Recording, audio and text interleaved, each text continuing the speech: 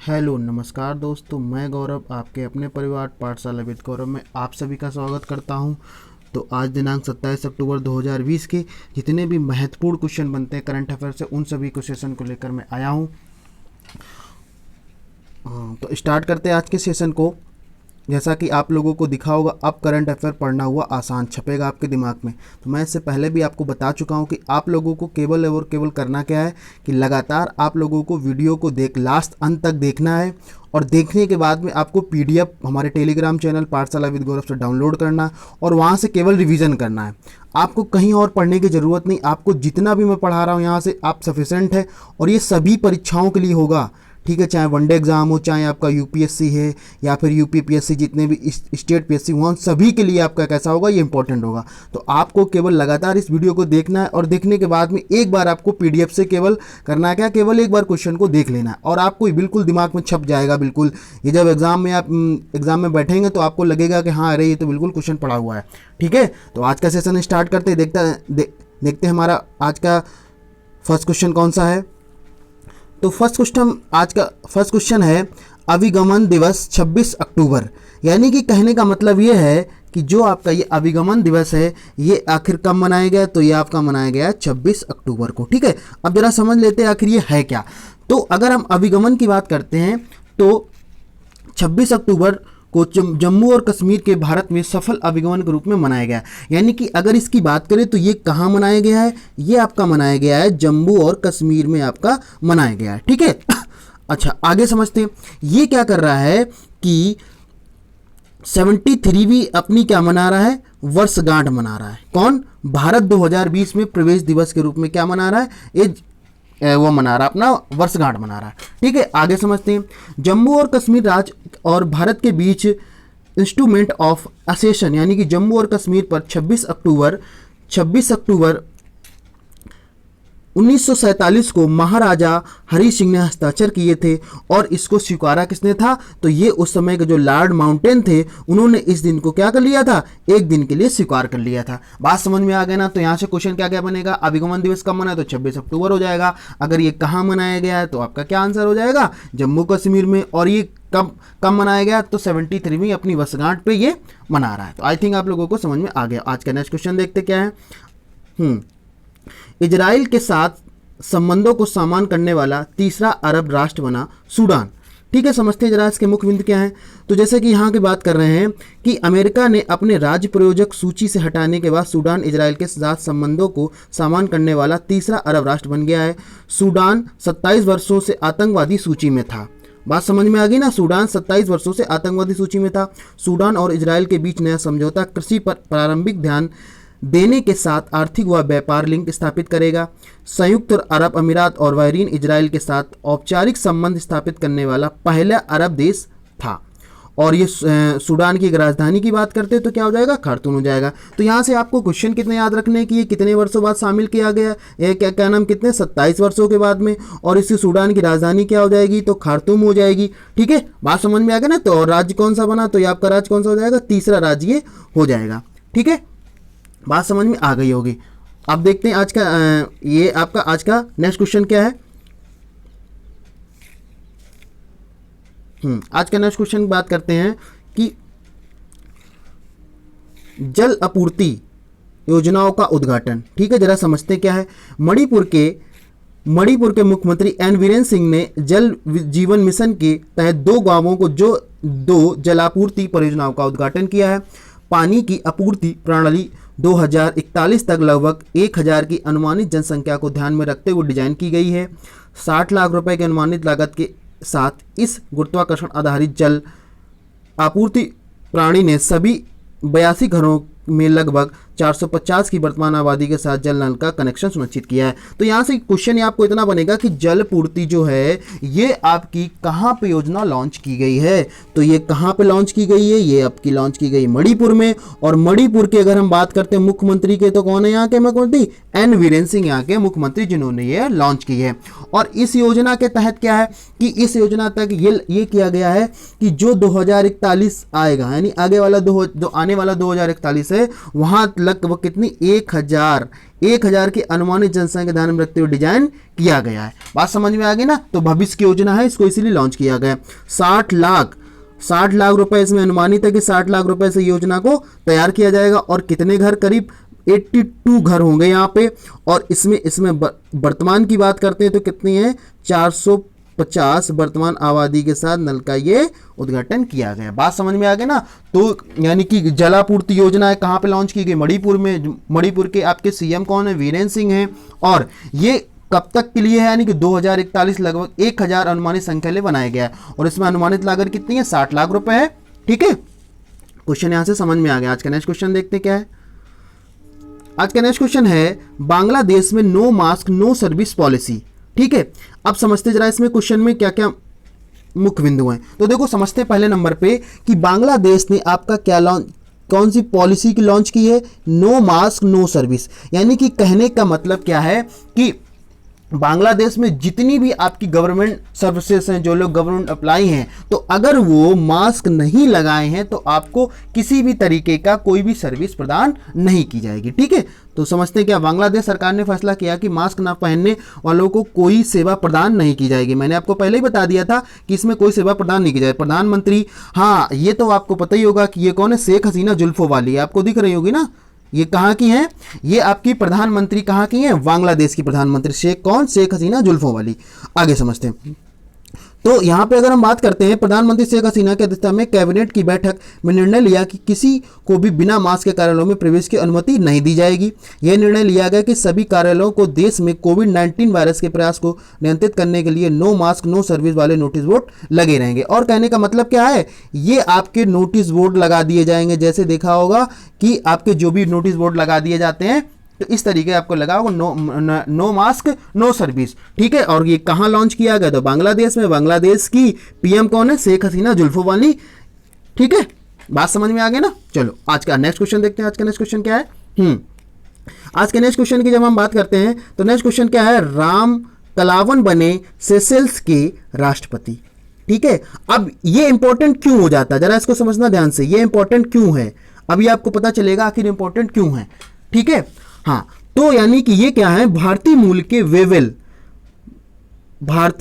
Wavell Ram कलावन को Seychelles का राष्ट्रपति चुना गया। यानी कि अगर आपसे पूछ लिया जाए तो बहुत इंपॉर्टेंट हो जाता है, क्योंकि ये भारतीय मूल के रहने वाले हैं, इसलिए इनको बहुत इंपॉर्टेंट यहाँ पे क्वेश्चन बन जाता है। और पूर्वी अफ्रीकी राष्ट्र के राष्ट्रपति पद के लिए 3 दशक के असफल प्रयासों के बाद एलिंगन के पूर्व पुजारी राम कलवान ने पदधारी डैनी फॉरे को हराया। किसको हराया है, डैनी फॉरे को इन्होंने हरा दिया है।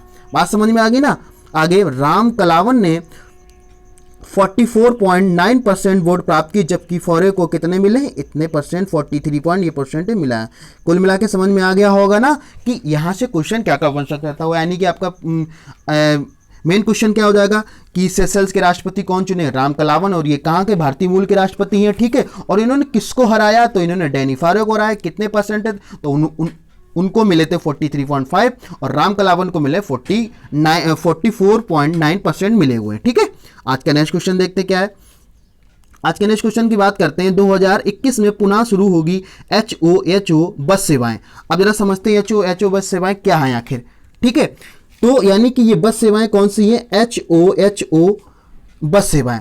तो अगर हम इसकी बात करें तो इसका पूरा नाम क्या हो जाएगा, जब इसके पूरे नाम की हम बात करते हैं तो इसका पूरा नाम हो जाएगा हाफ ऑन हाफ ऑफ बस। बात समझ में आ गई ना, समझते हैं जरा। दिल्ली की एकमात्र आधिकारिक हॉप ऑन ऑफ बस, यानी कि अगर ये बात करें तो ये कहाँ पे, केवल और केवल दिल्ली में। दर्शनीय स्थल बस सेवा के अगले वर्ष की शुरुआत में कई नई सुविधाओं और सेवा शुरू करेंगी। दिल्ली सरकार का पर्यटन विभाग जो सुविधा का संचालन करता है, उपयोगकर्ताओं का ध्वजांकित हित में पुनर्जीवित करने के लिए मार्ग युक्त सहित परीक्षण की योजना बना रहा है। भारत की पहली हॉप एंड बस, और ये कब लॉन्च की गई थी, ये आपकी सबसे पहली बार कब की गई थी, 2010 में। अब जरा समझ लेते हैं कि आखिर ये है क्या। तो देखो यहाँ पे जैसा लिखा हुआ है कि ये आपके पर्यटन विभाग जो है, यानी कि जो भी जितने भी आपके पर्यटन स्थल है वहाँ केवल दिल्ली में ये लेके जाएगी। जैसे क्या होता है कि गर्मियों की छुट्टी हो गई या सर्दियों का मौसम हो गया है, तो जब छुट्टियां होती हैं तब क्या होता है, दिल्ली में बहुत भीड़ हो जाती है। इस कारण से क्या है कि दिल्ली सरकार ने आपकी इस बस का संचालन किया है। और ये फर्स्ट टाइम की बात करें तो ये फर्स्ट टाइम 2010 में चली थी। अब अगर हम बात करें 2010 में क्यों चली थी, तो ये जब आपको पता होगा कि आपके क्या हुए थे, कॉमनवेल्थ जो आपके क्या हुए थे, गेम्स हुए थे, तब ये आपकी स्टार्ट की गई थी। ठीक है, बात समझ में आ गई ना। तो कॉमनवेल्थ जब गेम 2010 में हुए थे तब ये आपकी बस सुविधाएं थी वो आपकी शुरुआत की गई थी। बात समझ में आ गई ना। एचओ जो सुविधाएं हैं उसका 2021 में पुनः से चालू की जाएंगी। इसका पूरा नाम क्या है, हाफ ऑन हाफ ऑफ। ठीक है, बात समझ में आ गई ना। चलो आज का नेक्स्ट क्वेश्चन देखते हैं। आज का नेक्स्ट क्वेश्चन क्या है, आज का नेक्स्ट क्वेश्चन है, ब्रिटेन से जारी हांगकांग वासियों के पासपोर्ट को मान्यता नहीं देगा चीन। यानी कि क्या है, ड्रैगन समझ में आ रहा ना, इसको ड्रैगन बोला जाता है, चीन। हाँ, तो समझते हैं क्या है जरा, कि ब्रिटिश द्वारा हांगकांग ब्रिटिश नेशनल ओवरसीज नागरिकों के लिए नए वीजा नियमों की घोषणा करने के बाद चीन हांगकांग के नेशनल ओवरसीज वीएनओ पासपोर्ट वैध यात्रा दस्तावेजों के रूप में मान्यता देने पर विचार करेगा। ब्रिटेन 31 जनवरी 2021 से हांगकांग विशेष प्रशासनिक सेवा HKSAR में निवासियों के लिए बीएनओ वीजा आवेदन शुरू कर रहा है। नए वीजा नियम के अनुसार बीएनओ वीजा को यूके में 5 साल काम करने और अध्ययन करने होगा और नागरिकता के लिए आवेदन करने होगा। यानी कि अगर यहाँ से क्या है, आपको क्या है कि जो ब्रिटेन है, ठीक है, ब्रिटेन ने जारी हांगकांग वासियों को पासपोर्ट को मान्यता नहीं देगा चीन। यानी कि जो भी आपका ब्रिटेन से जारी होंगे हांगकांग वासियों के लिए जो वीजा होगा उसकी मान्यता कौन नहीं दे रहा, चीन नहीं दे रहा है। ठीक है, तो इसमें क्या है कि ये आपकी कब स्टार्ट की जाएगी, ये आपका स्टार्ट किया जाएगा 31 जनवरी 2021 को। ठीक है, और वीएनओ इसका आवेदन का क्या नाम मांगा जाएगा और कितने 5 साल से इसकी जो मुख्य क्वालिटीज होंगी, तो ये क्या हो जाएगा 5 साल के लिए काम करने के लिए, वहाँ पे आप अगर 5 साल से काम कर रहे हैं तभी आपको वीजा प्रदान किया जाएगा। ठीक है, बात समझ में आ गया। आज का नेक्स्ट क्वेश्चन देखते क्या है। आज का नेक्स्ट क्वेश्चन है, सैमसंग के अध्यक्ष ली कुन ही का निधन। ठीक है, जरा समझते हैं क्या। तो सैमसंग, पहली बात तो सैमसंग के अध्यक्ष जो थे उनका निधन हो गया। उनका नाम क्या था, ली कुन ही का निधन हो गया है। और ये कितने वर्ष की उम्र में इनका निधन हुआ है, तो 78 वर्ष के ये थे, इनका निधन हो गया है। वह एक सच्चे दूरदर्शी जिन्होंने सैमसंग को एक स्थानीय सेवा से विश्व अग्रणी इनोवेटर औद्योगिक बिजली घर में बदल दिया था। बात समझ में आ गई ना। चलो आगे समझते हैं। यह और इंपॉर्टेंट क्वेश्चन, वह अंतर्राष्ट्रीय ओलंपिक के सदस्य भी थे, तो ये भी आपको याद रखना है। ठीक है, यहां से क्वेश्चन बन सकता है कि वह अंतर्राष्ट्रीय, अभी हाल ही में अंतर्राष्ट्रीय ओलंपिक के समिति के जो सदस्य थे उनका निधन हो गया। उनका नाम क्या था, तो आप लोगों को क्या बताना है, ली कुन ही का निधन। ठीक है, आगे समझते हैं। और ये सबसे अमीर व्यक्ति थे, दक्षिण कोरिया के सबसे अमीर, और फोर्ब्स द्वारा जारी सबसे शक्तिशाली लोगों की सूची में 35वें सबसे शक्तिशाली व्यक्ति। तो यहां से भी आपको क्वेश्चन बन सकता है। क्वेश्चन कई तरीके से बन सकता है। आपने अगर फुल डिटेल्स में पढ़ा है, करंट अफेयर का मतलब आपको फुल डिटेल्स में पढ़ना, एक बार आपको वीडियो के द्वारा फुल डिटेल्स में समझना है, इसके बाद में आपको पीडीएफ के द्वारा क्या करना है, उन चीजों को समझ लेना है। ठीक है, हाँ, आज का नेक्स्ट क्वेश्चन देखते हैं। आज का नेक्स्ट क्वेश्चन क्या है, आज का नेक्स्ट क्वेश्चन है, लीसेस्टर सिटी ने पहली बार आर्सेनल जीता। ठीक है, समझते हैं जरा। तो ये क्या है, आगे 25 अक्टूबर 2020 को 47 वर्षों में लीस्टर सिटी ने पहली बार आर्सेनल में जीत हासिल की। ठीक है, जीत में ब्रांडेड रोजर ने 12 अंकों के साथ चौथे स्थान पर पहुंचा दिया है, जबकि गवर्नर 6 मैचों के साथ 9 अंकों के मैच के साथ 10वें स्थान पर रहे हैं। और गवर्नर्स के खिलाफ जेमी वर्डी में 11वें प्रीमियर लीग के वेन रूपी के अलावा किसी अन्य खिलाड़ी ने नहीं किया था। सितंबर और देश में पहली जीत यहाँ पे क्या की थी, हासिल की थी। बात समझ में आ गई ना। तो कुल मिला के यहाँ से क्वेश्चन किस तरीके से बन सकता है, जो आपको समझ में आ गया होगा। ठीक है, बात समझ में आ गई ना। तो इसके लिए मेन क्वेश्चन कौन से हो जाएंगे। ठीक है, अब जरा आज का नेक्स्ट क्वेश्चन समझते हैं। आज का नेक्स्ट क्वेश्चन क्या है, आज का नेक्स्ट क्वेश्चन है, बायोब्रत गुजराती गायक महेश कनोडिया का गांधीनगर में निधन हो गया। ठीक है, समझते हैं जरा कौन थे ये, महेश कनोडिया थे, और ये कहाँ के थे, गुजरात के थे, और क्या थे, ये गायक थे, यानी कि सिंगर थे। ठीक है, महेश कनोडिया, तो इनका अभी हाल ही में निधन हो गया है। तो समझते हैं ये क्या थे, ये संगीतकार थे, गायक थे। लोकसभा के पूर्व सांसद महेश कनोडिया वर्ष के थे और इनका निधन हो गया। ठीक है, बीमारी थे, ये बीमार चल रहे थे तो निधन हो गया। और ये ध्यान से समझेंगे, यहाँ पे जो समझने वाला है, यहाँ पे गुजरात के लिए बहुत इंपॉर्टेंट क्वेश्चन बन जाएगा कि 10वीं 11वीं 12वीं और 14वीं लोकसभा के ये सदस्य भी रहे। तो आपका यहाँ से इतनी सारी इन्हें प्रसिद्धि हासिल थी, तो यहाँ से क्वेश्चन आपका एग्जाम में बनेगा ही बनेगा। ठीक है, तो आपको याद रखना है। उन्हें गुजरात सिनेमा में काम करने से 32 अलग आवाज़ों ये 32 अलग अलग आवाज़, ये क्या थे, अलग अलग भाषाओं में अपना उसका वो प्रसारण करते थे। उन्हें गुजराती फिल्मों जिगर ए अमी, इनका उपनाम इस नाम से क्या है, और तनरी जोग लाखन के सब संग सम्मानित किया जा चुका है। बात समझ में आ गई ना। तो किस कौन कौन से क्वेश्चन यहाँ से बन सकते हैं कि महज कनौडिया थे, वो आखिर क्या थे, तो गायक थे। और ये क्या है, क्या नहीं, गुजरात लोकसभा थे, वहाँ के आपके पूर्व सांसद भी रह चुके हैं और लोकसभा के सदस्य भी रह चुके हैं। ठीक, आगे आज का नेक्स्ट क्वेश्चन समझते हैं। आज का नेक्स्ट क्वेश्चन क्या है, आरबीआई ने नए क्यूआर कोड जारी करने से पेमेंट सिस्टम ऑपरेटर्स पर लगाई रोक। ठीक है, देखते हैं आज के इसके मुख्य बिंदु क्या है। आरबीआई ने पेमेंट सिस्टम ऑपरेटर्स यानी कि पीएसओ ने भुगतान लेन देन किसी भी नए स्वामित्व वाले क्यूआर कोड को प्रतिबंध लगा दिया है। ठीक है, आगे जैसा कि क्यूआर कोड वर्तमान प्रणाली दीपक पाठक समिति द्वारा सुझाया गया है। 2 इंटरपोल क्यूआर कोड यूपीआई और क्यूआर भारत पर क्यूआर है। ठीक है, आगे पीएसओ जो क्यूआर कोड का उपयोग करते हैं उन्हें एक या एक से अधिक इंटर ऑपरेबल क्यूआर कोड पर शिफ्ट किया जाएगा, जो मार्च 2022 तक के लिए हो जाएगा। और मार्च 2022 तक कोई नया मलिकाना क्यूआर कोड लॉन्च नहीं किया जाएगा। बात समझ में आई। यानी कि आरबीआई ने क्या किया, आरबीआई ने नए क्यूआर कोड जारी करने से पेमेंट सिस्टम ऑपरेटर्स पर लगाई रोक। यानी कि आरबीआई ने ये बोला है कि आप कोई भी अब नया क्यूआर कोड जारी नहीं कर सकते हो। ठीक है, बात समझ में आ गया। आगे आज का नेक्स्ट क्वेश्चन समझते क्या है। बीएसई ने एसएससी और स्टार्टअप को समर्थन करने हेतु तो आईसीआईसी के साथ किया समझौता। ठीक है, बीएसई ने क्या किया है, आईसीआईसी के साथ समझौता कर लिया है। यानी कि जब बात करते हैं बीएसई की तो क्या हो जाएगा आपका, बॉम्बे स्टॉक एक्सचेंज ने क्या किया है, आपके जितने भी छोटे माध्यम उद्योगों के साथ क्या कर लिया, एक्सचेंज कर लिया है। और ये इसको आपको क्या नाम, बढ़ावा दें। जब आईसीआईसी की बात करते हैं तो inventive premier chamber of the commerce and industry के साथ समझौता में ज्ञापन हस्ताक्षर किया है।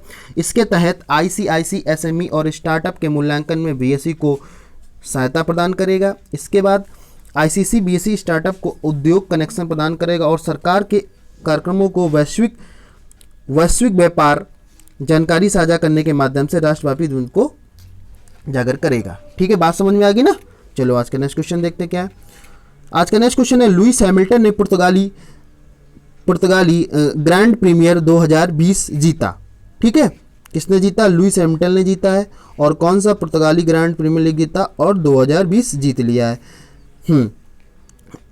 ठीक है, और ये 2020 विश्व रैंकिंग का 12वां दौर था, ये भी आपको याद रखना है। लुइस हैमिल्टन के लिए 2020 सीजन की 8वीं और रेशरी फेरिंग में 90वीं जीत है। यानी कि अभी तक ये कितनी 92 जीत हासिल कर ली इन्होंने। इसके साथ इन्होंने F1 चैंपियनशिप माइकल शुमाकर 91 जीत के साथ छोड़ा है और मर्सिडीज के वाल्टरी बोल्टास का दूसरा स्थान पर, जिसमें से मैक्स वर्स्टन भी थे।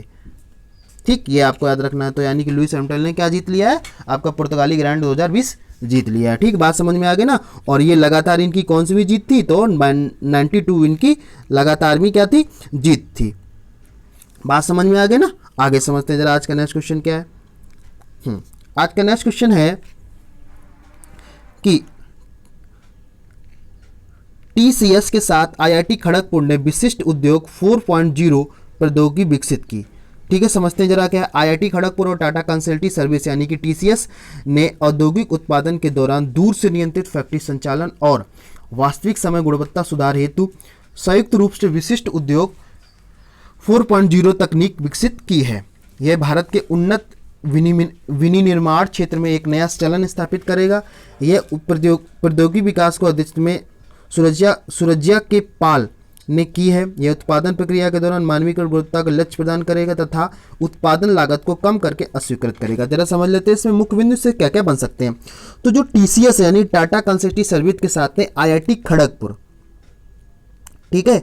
आईआईटी खड़गपुर ने क्या किया है, विशिष्ट उद्योग यानी उद्योग से जितने भी इंडस्ट्रियल है वो आपका 4.0 प्रौद्योगिकी विकसित करने की बात की है। बात समझ में आ गई ना। हाँ, तो ये चीज़ समझ में आ गई। ये भारत के उन्नत विनिर्माण के साथ एक नया संचालन भी करेगा। इसके बाद में इसके अगर अध्यक्ष की बात करें कौन, प्रौद्योगिकी विकास के, तो ये कौन हो जाएंगे, सुरजिया के पाल। ठीक है। और ये क्या करेगा, यह उत्पादन प्रक्रिया के दौरान मानकीकृत गुणवत्ता के लक्ष्य को प्रदान करेगा तथा उत्पादन की लागत को कम करेगा। ठीक है। तो क्वेश्चन समझ में आ गया ना कि टीसीएस के साथ मिलकर आईआईटी खड़गपुर ने क्या किया हुआ है, 4.0 प्रौद्योगिकी विकास की घोषणा कर दी है। आप लोगों को आई थिंक पूरी बात समझ में आ गई होगी कि आपको किस तरीके से क्वेश्चन को, देखो करंट अफेयर को टैकल कैसे करें। जब तक आप पूरी बात को, पूरे क्वेश्चन को नहीं समझेंगे तब तक आप एग्जाम में क्वेश्चन नहीं कर, आप वन लाइनर जमाना चला गया है कि आप वन लाइनर पढ़ लिए और क्वेश्चन को आसानी से कर लिए। ठीक है। अब वो नहीं रह गया। अब आपको पूरी तरीके से क्या करना पड़ेगा कि आपको पूरा डिटेल से पढ़ना पड़ेगा। आप वीडियो देखिए, वीडियो देखने के बाद में आपको टेलीग्राम पे जाइए, पाठशाला विद गौरव पे, आपको लिंक भी डिस्क्रिप्शन में मिल जाएगा। वहां से आप क्या करिए, पीडीएफ को डाउनलोड करिए और एक से दो बार देख लीजिए। आपका पूरा क्या होगा, आपका दिमाग में वो चीज़ छप जाएगी और पूरी तरीके से समझ में आ जाएगी। ठीक है। तो आज का सेशन यहीं पे ऑफ करते हैं। ठीक है। आई थिंक आप लोगों को पूरी बात समझ में आ गई होगी कि करंट अफेयर को पढ़ना किस तरीके से और कैसे इन चीज़ों को करना है। ठीक है। बात समझ में आ गई ना।